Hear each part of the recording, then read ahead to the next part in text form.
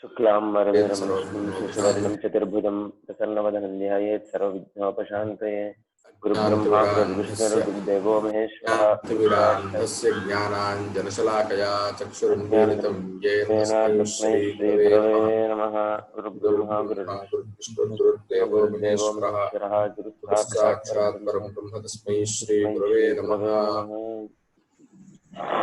विशेष्य पूर्वपद कर्मधारय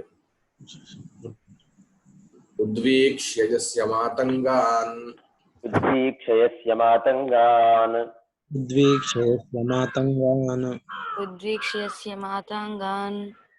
घना इति मनीषया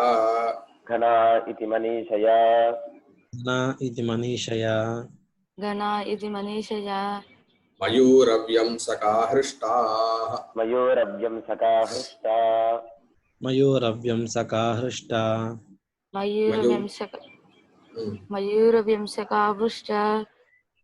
घना ननृतुस्तं नृपं भजे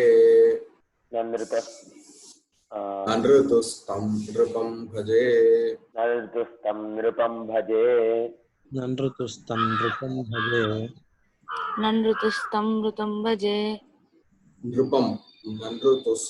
नृपं भजे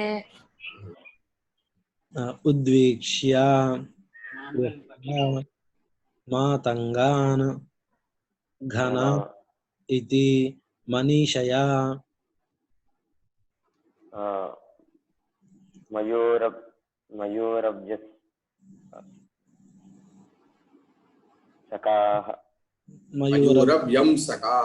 मयूरव्यं सकाः हृष्टाः ननृतुः हस्तं नृपं ननृतुः అన్న తర్వాత హస్తం వస్తుంది ననృతుః స్తం పదం చెప్తున్నవాడువేనా నువ్వు చెప్తున్నాను తం ననృతుః తం భజే నృపం భజే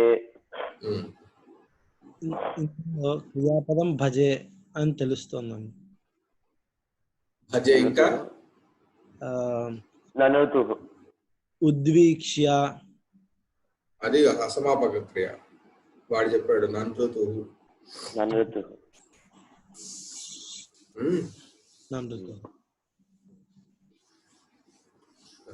సరే ప్రస్తుతానికి భజే అని తీసుకున్నాం. భజే అంటే సేవించను. భజే సేవించను భజే అంటే సేవించను. భజే అంటే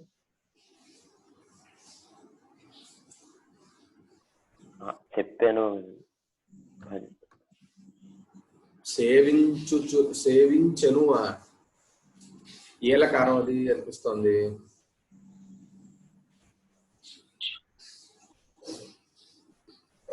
భజతే భజేతే భజంతే ఉత్తమ పురుష సేవించుచున్నాడను అంటే ఉత్తమ పురుష.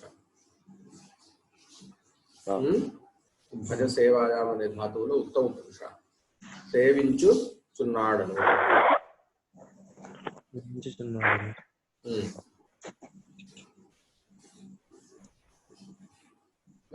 ప్రశ్న ఏంటి? అలా ఏ ప్రశ్న వస్తుంది? కిం భజే కిమ్మ ఇక్కడ కిం భజే అనాలా ఇక్కడ? కహ భజే కజా భజే అని అంటేనే అహం అనే అర్థం వచ్చేస్తుంది. ఉత్తమ పురుష అంటే నేను అనే అర్థంలో కదా. నేను సేవించుచున్నాడను అది ఒకవేళ ఇక్కడ లేకపోయినా కూడా ప్రాబ్లం లేదు, అయిపోయింది అది. నెక్స్ట్ వచ్చే ప్రశ్న ఏంటి? ఎవరిని సేవించుచున్నాడు అది ఇక్కడ ఎలా అడగాలి? కహ భజే. నేను అనేది అయిపోయిందని చెప్పా కర్త. అహం భజే అయిపోయింది. ఎవరిని అని నువ్వు అంటూ మళ్ళీ కహ భజే అని ప్రశ్న అడుగుతావు. కస్మాత్ భజే ఎవరిని అని అంటున్నారా? అప్పుడు ఏ విభక్తి వాడాలి? ద్వితీయ వాడాలండి. కం భజే ఆ, నృపం భజే ఆ. నృపం కీదృశం నృపం ఈదృశం నృపుడుకు అక్కడ విశేషంగా ఉన్నటువంటి పదం ఏమిటి? మయూర వింశక పం అని అన్నాం. అప్పుడు ద్వితీయ పదం వెతుకోవాలి కదా, ద్వితీయాంత పదం.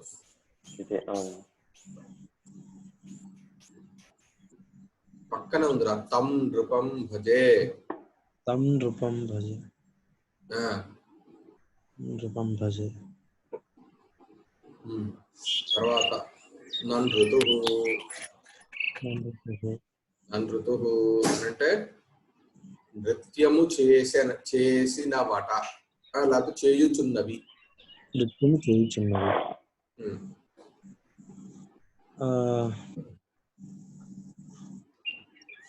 చేయుచున్నవి. ప్రశ్న ఏంటి? ప్రశ్నలా వస్తుంది.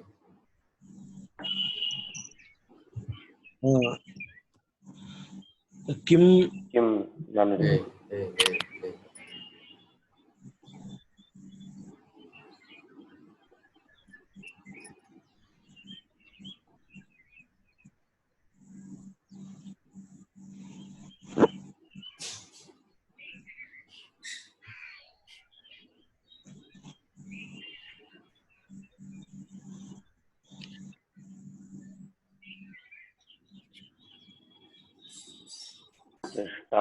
స్త్రీలింగం.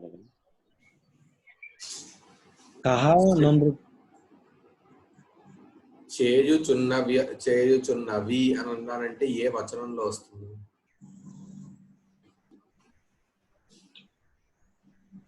బహువచనం. ద్వితీయ వచనం. బహువచనం. తెలుగులో బహువచనం, ఏకవచనం, బహువచనం, ద్వివచనం లేదు. అలా అని చెప్పుని చేయుచున్నవి అనగానే బహువచనం ఉంటే ఎట్లా, ద్వివచనం ఉంటే ఎట్లా? అక్కడ పక్కన ఏం పదం ఉందో చూసుకోవాలి కదా.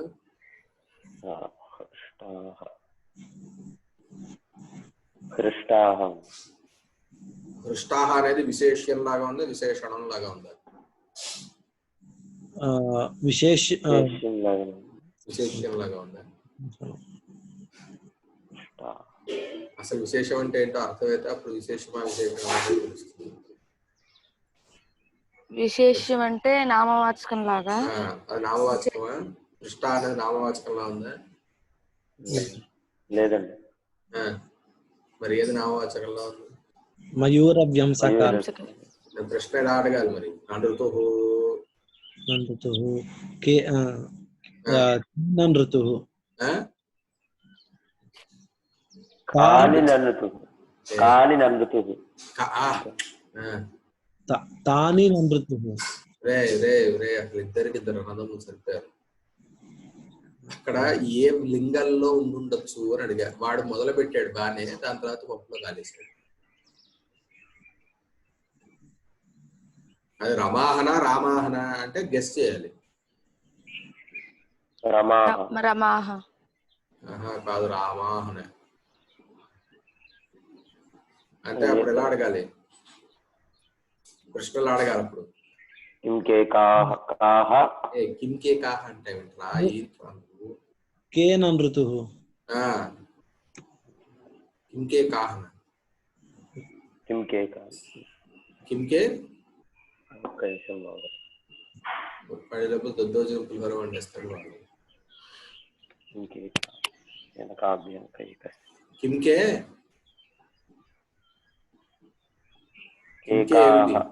కింకే కాహ ఎరా దత్తు ఏంటి కింకే కా? తెలియదండి. తెలీదా? కం కౌకాన్ అది కాదు. కింకే అని వస్తే ఏమొస్తుంది తర్వాత? కాన్ వస్తుంది. కింకే కాన్. వీడి ఇంకా కిమ్ అని మొదలైందంటే అది ఏ శబ్దం, అది ఏ లింగంలో ఉన్నట్టు? నపుంసకలింగం. అప్పుడు ఎలా రావాలి? కింకే కాని అని రావాలి. మరి కింకే కాహ అనేస్తారే వీడు ఇంకా కింకే కాన్ అంట వీడు మింగేసేయండి ఒక్కొక్కడు ఒక్కొక్క పుల్లు మింగేసేయండి ప్రశ్నలు అడగాలి ఇప్పుడు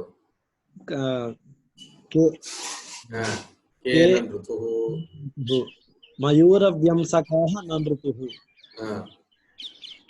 మయూరవ్యంసకాః కథం భూతాః హృష్టాః హృష్టాః దృష్టవేయటం నా పని కాదు కథం భూతః మయూరవ్యంసకాః కథం భూతాః మయూరవ్యంసకాః కథం భూతాః హృష్టాః అయిపోయింది హృష్టాః మయూరవ్యంసకాః న ఋతుః అయిపోయింది కిం కృత్వా ఉద్వీక్ష్య కిం కృత్వా ఉద్వీక్ష్య ఉద్వీక్ష్య అంటే చూచి పైకి చూసి అని అర్థం పైకి చూసి ఉపరి వీక్ష్య అని అర్థం అంటే పైకి చూసి అంటే ఏంటండి చెప్తాను ఫస్ట్ అన్వయం వచ్చిన తర్వాత పదార్థం పదార్థం కిం కృత్వా ఉద్వీక్ష్య పైకి చూసి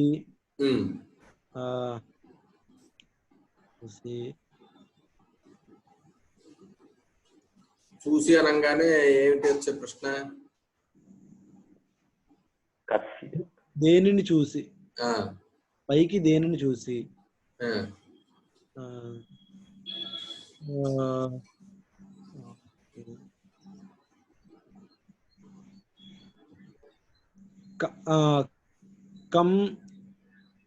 కమ్ ఉద్వీక్ష కమ్మ అక్కడ ఏ శబ్దం ఉంది ఎట్లాంటి శబ్దం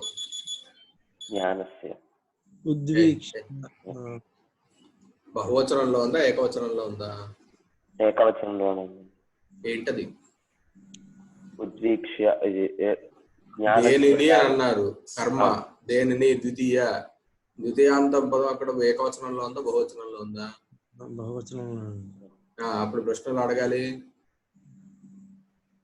తాను ఉద్వీక్ష్య సమాధానం ఏంటి యస్య ఉద్వీక్ష్య రే రే రే రే మాతంగాను ఉద్వీక్ష మాతంగాను ఎన్నింటి పడుకున్నావు 4 అయింది 4 అయిందండి 4ంటికి పడుకున్నావా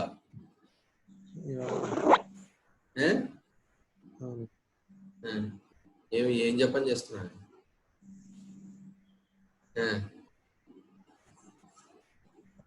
కాన్ ఉద్వీక్ష్య మాతంగాను ఉద్వీక్ష్య కస్య మాతంగాన్ యస్య మాతంగాన్ ఇందాక హృష్టా అన్నాం కదా యస్య మాతంగాన్ ఉద్వీక్ష్య హృష్టాః మయూరవ్యంసకాః న ఋతుః అన్నాం కదా ఇప్పుడు హృష్టాః అనే దానికి హృష్టాః అంటే ఏంటి సంతోషించినటువంటి అని అర్థం సంతోషించినటువంటి అని అంటే ఎటువంటి ప్రశ్న రావచ్చు దేనిని దేనిని కాదు ఎందువల్ల ఎందువల్ల అని అంటున్నాం కదా ఎందువల్ల అనేది మామూలుగా ఏ కారకం అవ్వచ్చు అది సప్తమి కాదు ఎందువల్ల అంటున్నాం పంచమి అవుతుంది పంచమైన అవుతుంది లేదంటే అంటే వలన అనడం వల్ల పంచమైన అవుతుంది లేదంటే తృతీయ కూడా అవుతుంది కారణంలో కూడా తృతీయ చేత అనేది కూడా తృతీయలో కూడా వస్తుంది అందుచేత ఇందుచేత అంటాం కదా అందుచేత అంటే ఏంటి అందు కారణముగా ఆ కారణం వలన అందువల్ల అన్నప్పుడు పంచమి అందుచేత అన్నప్పుడు తృతీయ కాబట్టి తృతీయ కూడా కారణార్థంలో వస్తుంది కారణం అనే అర్థంలో వస్తుంది కాబట్టి హృష్టాః కయా హృష్టాః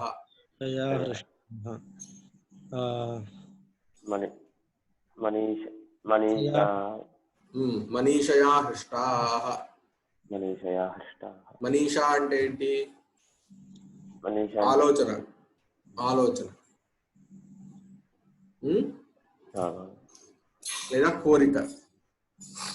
కోరిక. ఉమ్. కోరిక. ఆ, కోరిక అనగానే ఆ, ఆ, వచ్చే ప్రశ్న ఏంటి? ఏ కోరిక? ఏమని. ఏమని కోరిక ఏంటి? ఇక్కడ ఇక్కడ అలా ఉందా? ఏమని అనే దానికి యోగ్యంగా వేయచ్చా ప్రశ్న? ఇక్కడ సమాధానం ఉందా? ఇక్కడ అని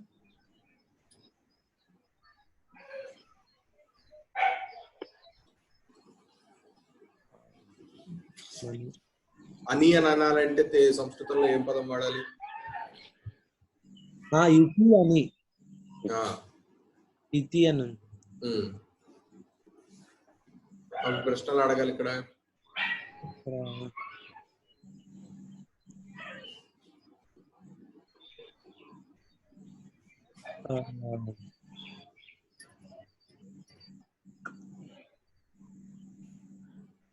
కమ్ ఇతి. కమ్మితినే. కానీ అరే ఇక్కడ ఏం పదం మిగిలిందిరా? ఇతి అనే పదం ఉంది. ఇతి కాదు, ఏం పదం మిగిలింది? మనం ఇక్కడ అన్వయం ఇతి అనేది చెప్పేసాను, అయిపోయింది. ఘన మిగిలిందండి. ఘన. ఘనాన ఘనాహన. ఘనా. ఘన. ఇందాక పద విభాగం చెప్పేటప్పుడు అందుకనే కాస్త వినాలి. పద విభాగం ఏమని చెప్పాము? ఘనాహ. ఘనాహ. ఈ పక్కన అచ్చుంటే విసర్గ లోపించచ్చు. అవునండి, అవునండి. ఒక్కొక్కడు ఒకడు క్రమ పాటు, ఇంకోటి ఘనపాటు.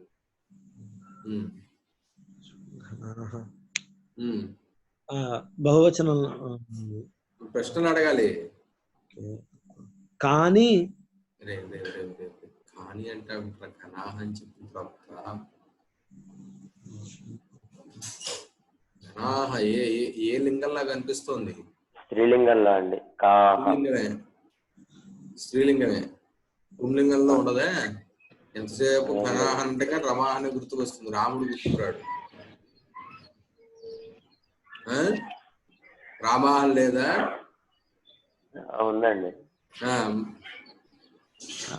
నిజంగా శబ్దాన్ని చదువుతున్నాడు అయితే ఘనాహ అనేది ఎలా ఉంది, ఏమవచ్చురా అంటే కనీసం పుల్లింగంలో కానీ స్త్రీలింగంలో కానివ్వండి అని అంటాడు. నేను అంటే ఘన ఇందాక చూసుకున్నాను కదండి, అదే రాసుకున్నాను. అందుకని దానివల్ల ప్రశ్నలా ఉండాలి. కాన్ ఘన.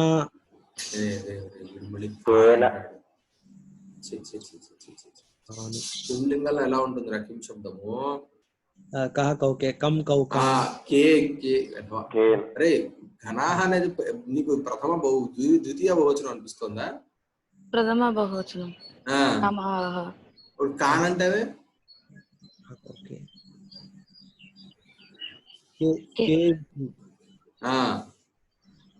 ఘన ఇతి. ఘనాహ ఇది. ఇతి. కొత్తగా ఎలా వచ్చింది ఇప్పుడు? యస్య మాతంగాన్ ఉద్వీక్ష్య ఘనాహ ఇది మనీషయా హృష్టాః మయూరవ్యంసకాః నృతుః తం నృపం భజే.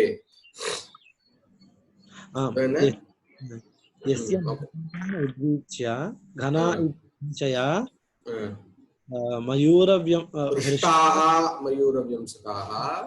మయూరవ్యంసకాః నృతుః తం నృపం భజే. నువ్వు కూడా ఒకసారి చెప్పు. యస్య మాతంగాన్ మనీషయ. యస్య మాతంగాన్ నేను ఇప్పుడే చెప్పా. ఉద్వీక్ష్య. యస్య మాతంగాన్ ఉద్వీక్ష్య మనీషయ. ఏమని మనీషయ? మనీషయ మాతంగాన్ ఉద్వీక్ష్య ఘనా ఇతి మనీషయా. ఘనా ఇతి మనీషయా. హృష్టాః మయూరవ్యంసకాః. హృష్టాః మయూరవ్యంసకాః నృతుః తం నృపం భజే.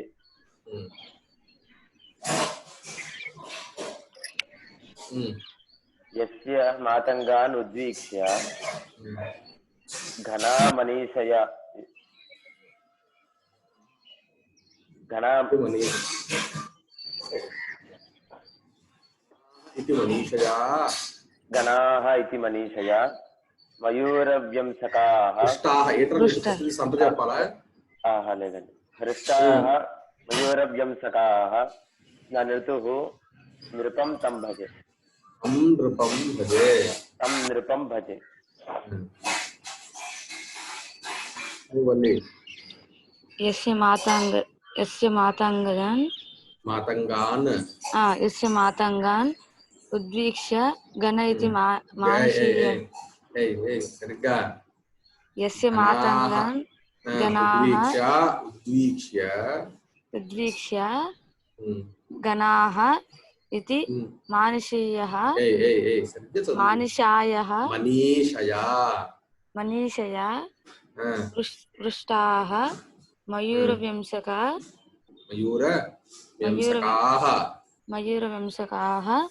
ననృతు స్తం నృపం భజే ననృతుః స్తం నృతం భజే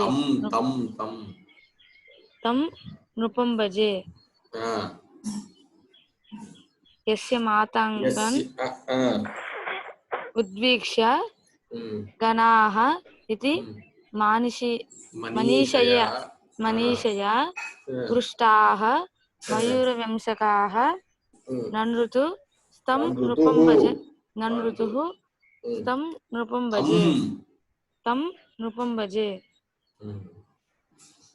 యస్య ఎవరి యొక్క మాతంగాన్ ఏనుగులని ఉద్వీక్ష్య చూచి ఘనాః ఇది ఘనాః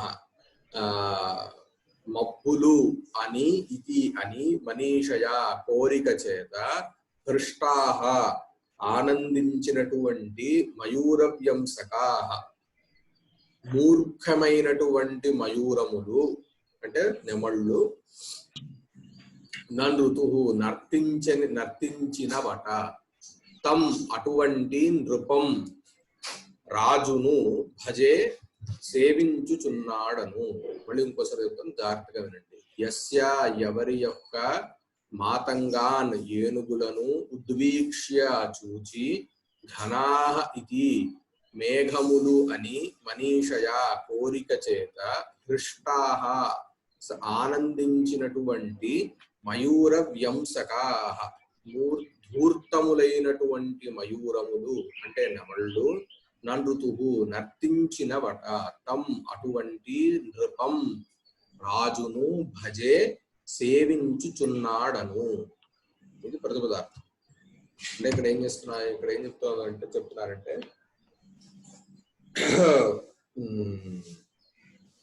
మామూలుగా వర్షించే మేఘం ఎలా ఉంటుంది అంటే నల్లగా ఉంటుంది, నల్లని మబ్బులు ఉంటాయి.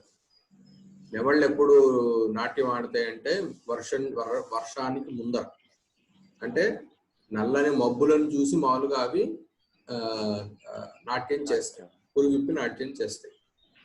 ఇప్పుడు ఇక్కడ ఏనుగులు అట్లాంటి నల్లటి మబ్బుల్లాగా ఉన్నాయి. అంటే ఏంటి, అంత పెద్దగా ఉన్నాయి, అంత నల్లగా ఉన్నాయి. వాటిని చూస్తే ఇవి భ్రమపడ్డాయి చూసి. ఏవి నెమళ్ళు ఏవైతే ఉన్నాయో ఆ ఏనుగులను చూసి భ్రమపడ్డాయి. ఏమని మబ్బులను భ్రమపడ్డాయి, మేఘాలని భ్రమపడ్డాయి, నల్లటి మబ్బులను భ్రమపడి వాటికి ఆనందం వేసేసి అవి నాట్యం చేయడం మొదలు పెట్టేసేట. అటువంటి నృపములు అంటే ఏంటి, ఎవరి దగ్గర అయితే మేఘ చూడంగానే నల్లటి మబ్బు అనిపించేటటువంటి ఏనుగులు ఉన్నాయి. అంటే ఏంటి, అక్కడ రెండు రకాలు, ఒకటి దాని వర్ణము, రెండు దాని పరిమాణం, దాని సైజు అట్లా ఉన్నాయి. అంటే అంతంత గొప్పగా, అంటే చాలా బాగున్నాయి అని అర్థం ఏనుగులు. అట్లాంటి ఏనుగుల్ని పోషించేటటువంటి రాజు ఎవడైతే ఉన్నాడో ఆయన ఇంకా గొప్పవాడు కదా అని చెప్తున్నారు.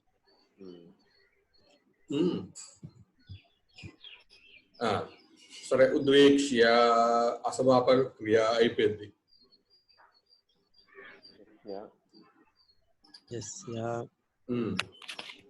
అకారాంతః నపుంసకలింగః అంటే అకారాంతః అకారాంతవా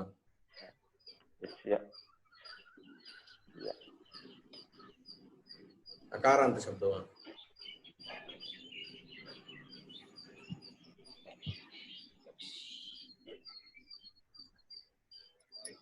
రా దత్తు ఎవరైనా చెప్పొచ్చు. దకారాంతః ఆ? దకారాంతః ఆ, తొందరగా కానివ్వండి. పుంలింగ దకారాంత ఆ, ఆ, యత్ శబ్దః ఉమ్. షష్ఠీ బహువచనాంత బహువచనం. షష్ఠి బహువచనం. ఏకవచనాంతం రూపం. షష్ఠీ దకారాంత పుంలింగః లింగ. ఆ, షష్ఠీ ఏకవచనం యత్ శబ్దః ఆ, యత్ శబ్దః షష్ఠి ఉమ్. ఏకవచనం ఏకవచనాంతం. ఆ, అయిపోయింది. నెక్స్ట్ తొందరగా కానివ్వాలి. ఇంతసేపు గంటలు గంటలు కాదు శబ్దాలు. మాతంగాను ఆ, అకారాంతః పుల్లింగః మాతంగ శబ్దః ఆ, ద్వితీయ బహువచనం. తృతీయ బహువచనాంతం ఏయ్, రూపం. ఏయ్, ఏయ్. ద్వితీయ. ద్వితీయ. ఆ, ద్వితీయ ద్వితీయ. నెక్స్ట్ ఘనాః అకారాంతః పుల్లింగః రామశబ్దః రామశబ్ద. ఘనశబ్దः ఘనశబ్దः ప్రథమ ప్రథమ బహువచనాంతం బహువచనాంతం రూపం. ఇతి అవ్యయం. మనీషయా ఆకారాంతః స్త్రీలింగः మనీష శబ్దः ఆకారాంతం మనీషం అవుతుంది. మనీషా ఆ, మనీషా ఆ, ఆకారాంత కరెక్టేరా. రమా అంటున్నావా రమా అంటున్నావా? రమా అంటున్నాను. ఆ, మరి ఇక్కడ కూడా అలాగే ఉండాలిగా. ఆకారాంత ఆ, ఆకారాంతః స్త్రీలింగः మనీషా శబ్దः తృతీయ ఏకవచనాంతం రూపం. నెక్స్ట్ మయూరవ్యంసకాః ఆకారాంతః స్త్రీలింగః ఆకారాంతమా? అకారాంత అకారం పుల్లింగం అని చెప్పి అదే కే అని అన్నావా కా అని అన్నావా కూడా గుర్తు రావట్లేదు. ఇందా చెప్పింది. ఎంతసేపు అలా అనగానే రవాహ అని ఆడవాళ్ళు గుర్తుకొస్తారే. రవాహ అనగానే అదే గుర్తుకొచ్చేస్తుంది. అకారాంతః పుంలింగః మయూరవ్యంసక శబ్దः ప్రథమా బహువచనాంతం రూపం. హృష్టాః అకారాంతః పుంలింగः హృష్ట శబ్దः ప్రథమా బహువచనాంతం రూపం. నృతి గాత్ర విక్షేపే. నృతి గాత్ర విక్షేపే అనే ధాతువులో ఇది ధాతోః భూతానద్యతన పరోక్షే లిటి ప్రథమ బహువచనాంతం పురుష బహువచనాంతం రూపం.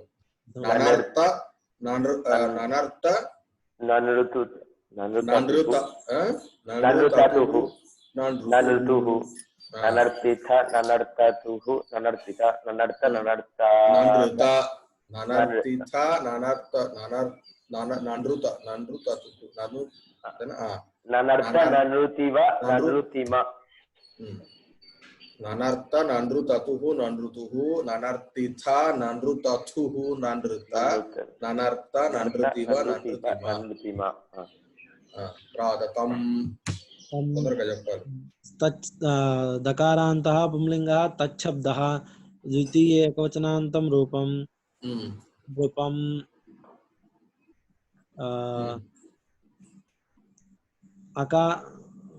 అకారాంతః పుల్లింగः నృపశబ్దः ద్వితీయ ఏకవచనాంతం రూపం.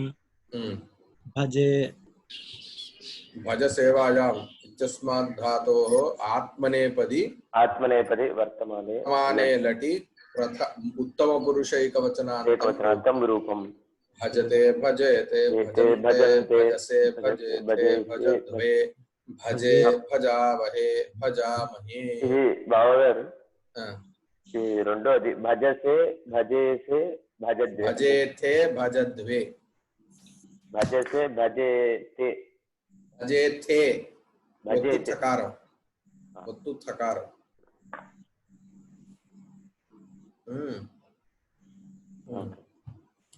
సరే మా మొత్తానికి ఎట్లా అట్లా కానిచ్చాం. ఇక్కడ ఒకటే ఉంది. ఇదేంటిది? విశేష్య పూర్వపద కర్మధారయం. వెనకాల విశేషణ పూర్వపద కర్మధారయం ఉంది. నీలోత్పలాని అనే చోట నీలం అనేది విశేషణం, ఉత్పలాని కాబట్టి అది ముందరున్నది.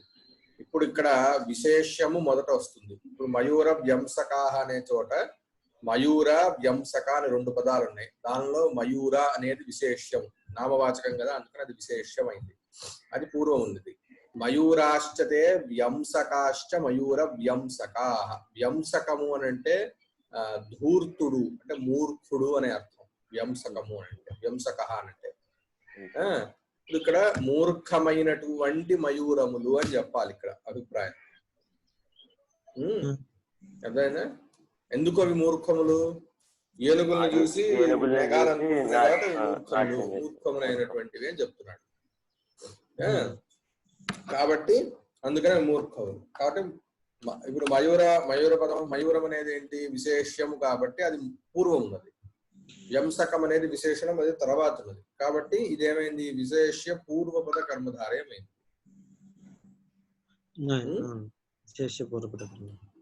మయూరాశ్చతే వ్యంసకాశ్చ మయూర వ్యంసకా. సాధారణంగా ఇట్లాంటి ఈ సమాసం చాలా అరుదు. ఎందుకంటే ఎక్కువగా విశేషణ పూర్వపద కర్మధారయాన్ని ప్రయోగిస్తారు ఎక్కడైనా. మూర్ఖమైనటువంటి మయూరములు అని చెప్పాలంటే వ్యంసక మయూరములు అని చెప్పడమే మామూలుగా సులభంగా అనిపిస్తుంది. కట్టేది కూడా అలాగే ఉంటుంది. ఇప్పుడు విశేషణం పూర్వం విశేష్యం ఉత్తరం అని సాధారణంగా అనుకుంటూ ఉంటారు. విశేషణం ముందర చెప్పాలి, తర్వాత విశేషం తర్వాత చెప్పాలి అనే దీంట్లో ఎక్కువగా విశేషణ పూర్వపద కర్మధారయం అనేది మామూలుగా జరుగుతూ ఉంటుంది. ప్రయోగంలో ఎక్కువగా అది ఉంటుంది అది. కాబట్టి వాటికి ఇది చాలు.